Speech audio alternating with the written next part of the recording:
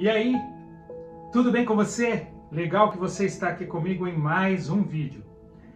Essa semana, estudando e pesquisando muito para criar os conteúdos do meu canal, eu descobri uma coisa. Eu achei o domingo na Bíblia. Tem muita gente que diz que o domingo é o dia certo para ir à igreja, para fazer as coisas de Deus. Outros falam que é o sábado. Os muçulmanos, por exemplo, consagram a sexta-feira como dia de descanso semanal. Mas eu fiquei impressionado com o que eu achei na Bíblia sobre o domingo. Mas antes de falarmos sobre isso, deixa eu dizer uma coisa para vocês.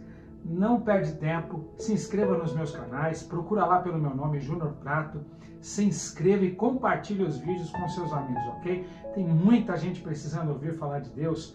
Seja uma bênção para essas pessoas, tá bom? Os vídeos estão super legais, os temas estão super interessantes e as pessoas vão, com certeza, se enriquecer muito na sua vida espiritual se você compartilhar o vídeo com elas.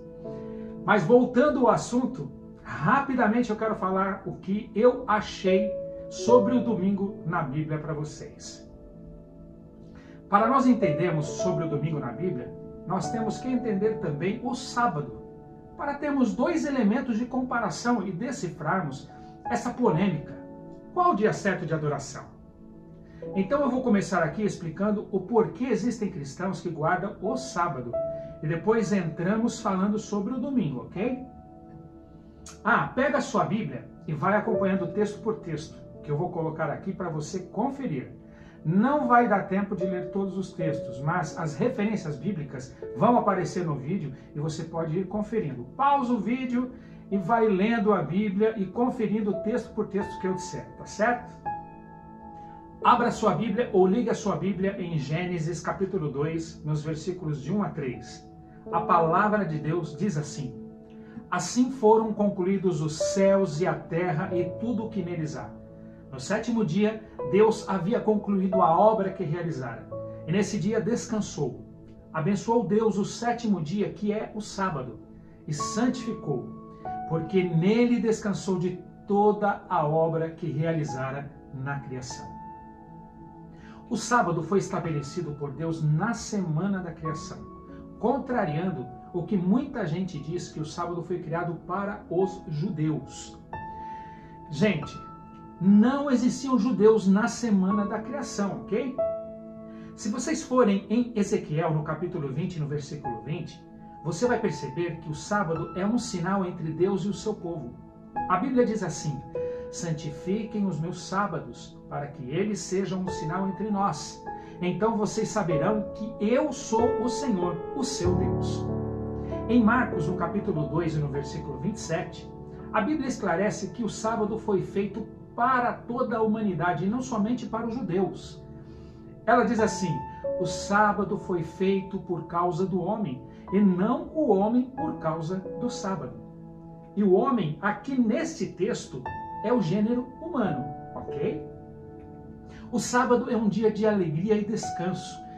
Deus descansou nesse dia. E vocês sabem por quê? Não que ele estivesse cansado ou que Deus se cansa, mas para ter um tempo exclusivo com a sua criação, um tempo onde demandava atenção mútua do Criador com a criatura e vice-versa. É um dia de alegria porque Deus tirou este tempo para estar com os seus filhos.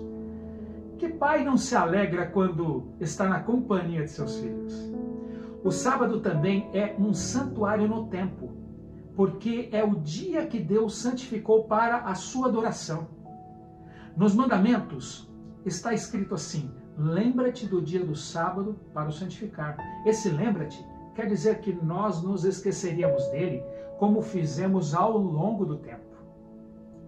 O quarto mandamento, que fala do sábado, é o único mandamento que lembra de Deus como Criador. Existem centenas de citações diretas e indiretas sobre o sábado nas Escrituras. E uma outra coisa que eu pude perceber nesse estudo era que os discípulos, mesmo depois da morte de Jesus, continuaram a guardar o sábado como era do costume deles. Uma outra coisa ainda, muito importante, é que a Bíblia cita que um dia será guardado o sábado na nova terra. Se você for lá em Isaías, no capítulo 66 e no versículo 23, a Bíblia diz assim: de uma lua nova a outra, e de um sábado ao outro, toda a humanidade virá e se inclinará diante de mim, diz o Senhor, fazendo referência que nós o adoraremos de um sábado ao outro. Algumas pessoas argumentam que Jesus e o apóstolo Paulo guardavam o sábado porque eles eram judeus.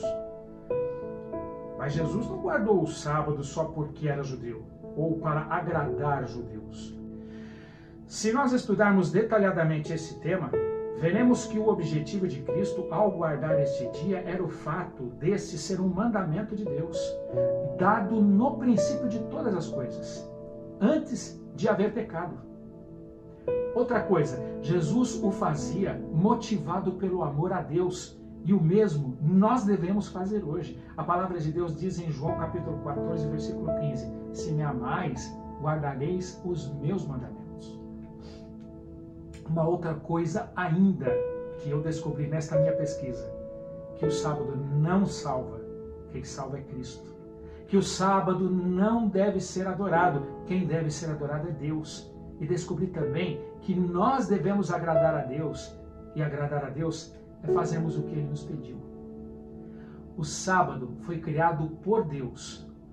Ele tem uma origem em Deus. Agora, e com relação ao que eu achei sobre o domingo na Bíblia? Existem 8 referências sobre o domingo na Bíblia. E estas referências chamam de primeiro dia da semana. Não existe a palavra domingo na Bíblia, para vocês terem uma ideia. Algumas versões da Bíblia católica podem até trazer a palavra domingo, mas esse termo não aparece nos originais. O sábado foi estabelecido por Deus na criação. Existe uma origem, mas na Bíblia não existe nenhuma citação, que eu pelo menos não achei, de que Jesus recomendou que se observasse o domingo em memória de sua ressurreição. Percebi que todas as referências bíblicas que citam o domingo como novo dia de guarda são muito frágeis e elas não se sustentam. Quero mostrar apenas uma para vocês terem uma ideia, porque não vai dar tempo de mostrar as outras, por causa do tempo do vídeo, mas eu vou mostrar uma pelo menos. Presta atenção. Essa referência é sobre a ressuscitação de Eutico e a pregação de Paulo. Ela está em Atos, no capítulo 20, no versículo 7 até o versículo 10. A Bíblia diz assim: no primeiro dia da semana, reunimos-nos para partir o pão, e Paulo falou ao povo, pretendendo partir no dia seguinte. Continuou falando até a meia-noite. Um jovem chamado Eutico, que estava sentado numa janela no terceiro andar, adormeceu e caiu. Paulo desceu, inclinou-se sobre o rapaz e disse que ele estava vivo. Paulo subiu novamente, partiu o pão e falou até o amanhecer e foi embora. Vamos analisar com calma essa história, onde as pessoas defendem que Paulo pregava no domingo e o domingo, por isso, é o dia de guarda. No tempo de Paulo, não existia o dia comercial de meia-noite a meia-noite como temos hoje. E o que prova isso era que o sábado era guardado de pôr do sol até o outro pôr do sol. E é assim até hoje. Quando o sol se punha e não havia mais a luz do sol, o dia acabava. Então um novo dia começava. Ou melhor, o dia seguinte começava com o pôr do sol. O texto cita que Paulo falou até a meia-noite no primeiro dia da semana. Isso significa que era noite de sábado para o domingo. E quando o sol se pôs, passou a ser o primeiro dia da semana, ou seja, o domingo. Analisando o contexto, Paulo pregou para o povo o sábado todo e foi até a meia-noite, que depois do pôr do sol veio o domingo. E só parou quando Eutico caiu. Depois de ressuscitar o jovem, Paulo continuou pregando até o amanhecer.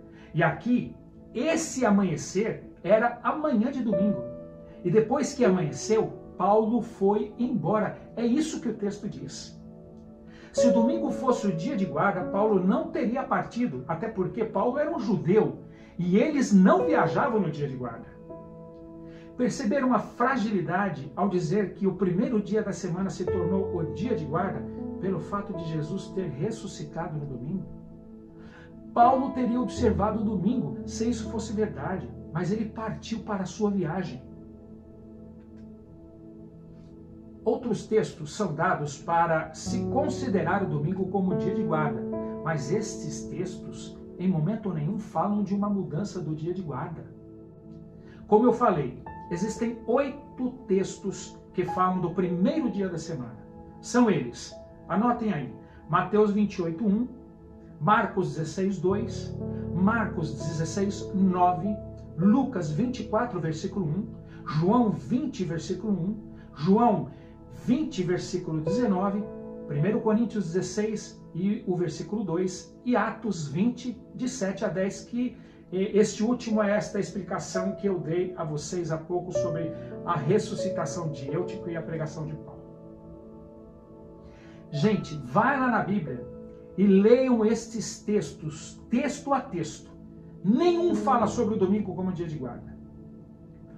Agora, para acabar, existe uma outra situação dos defensores desta mudança, em Hebreus, no capítulo 4, no versículo 7 até o versículo 9, falando a respeito de um outro dia de descanso, como se esse dia que está no texto fosse o domingo.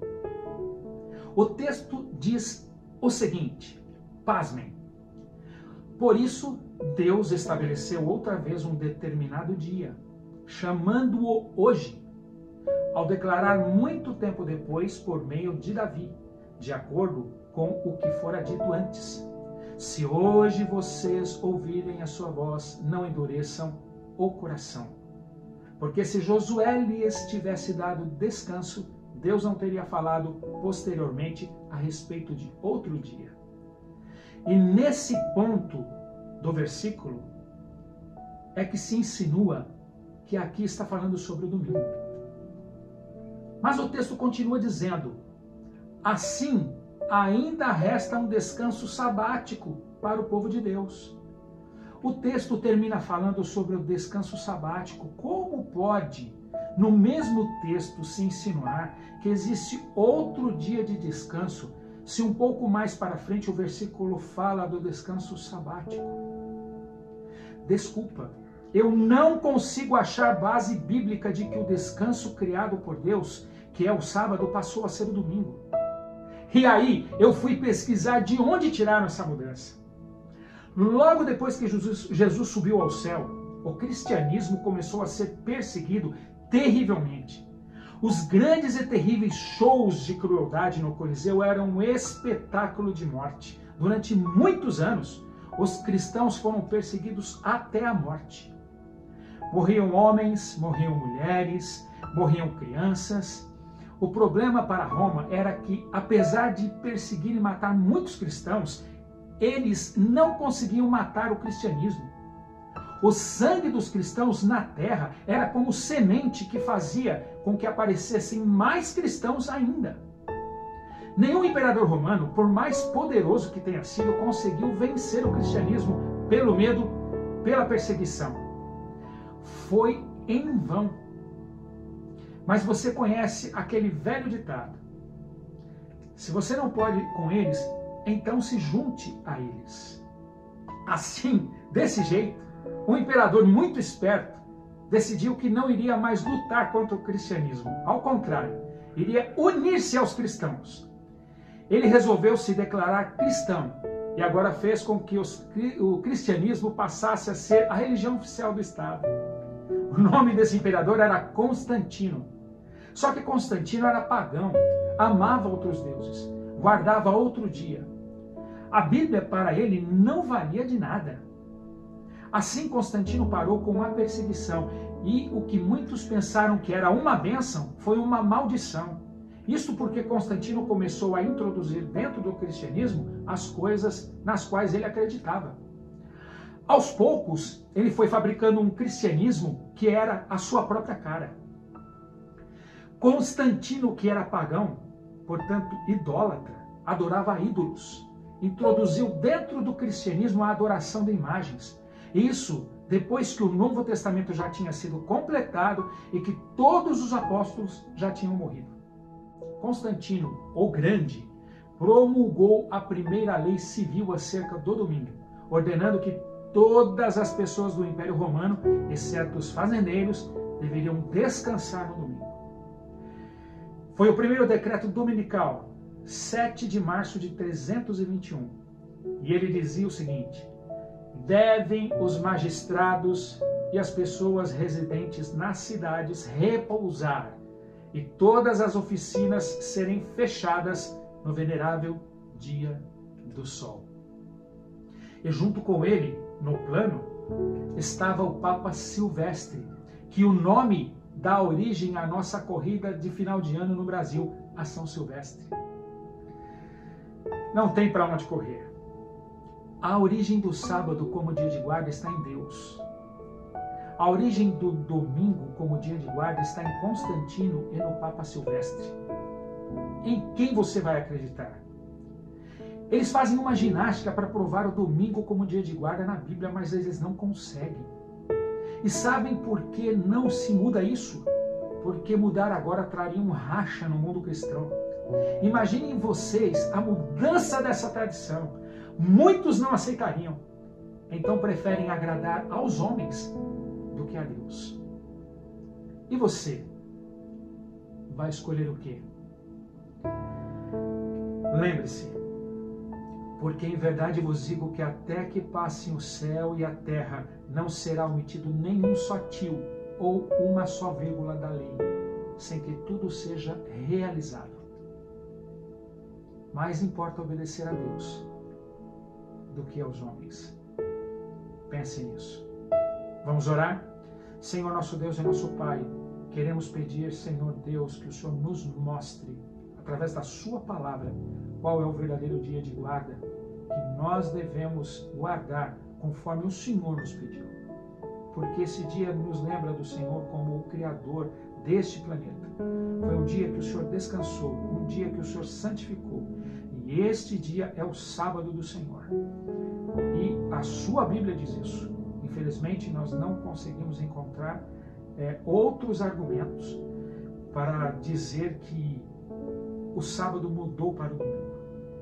Mas a tua palavra nos mostra cada vez que estudamos que o sábado é o seu dia, o dia de guarda, o dia que o Senhor estabeleceu para a sua adoração. Que nós possamos entender que o sábado não deve ser adorado, quem deve ser adorado é o Senhor, mas que nós devemos agradar o Senhor e fazer aquilo que o Senhor nos pediu.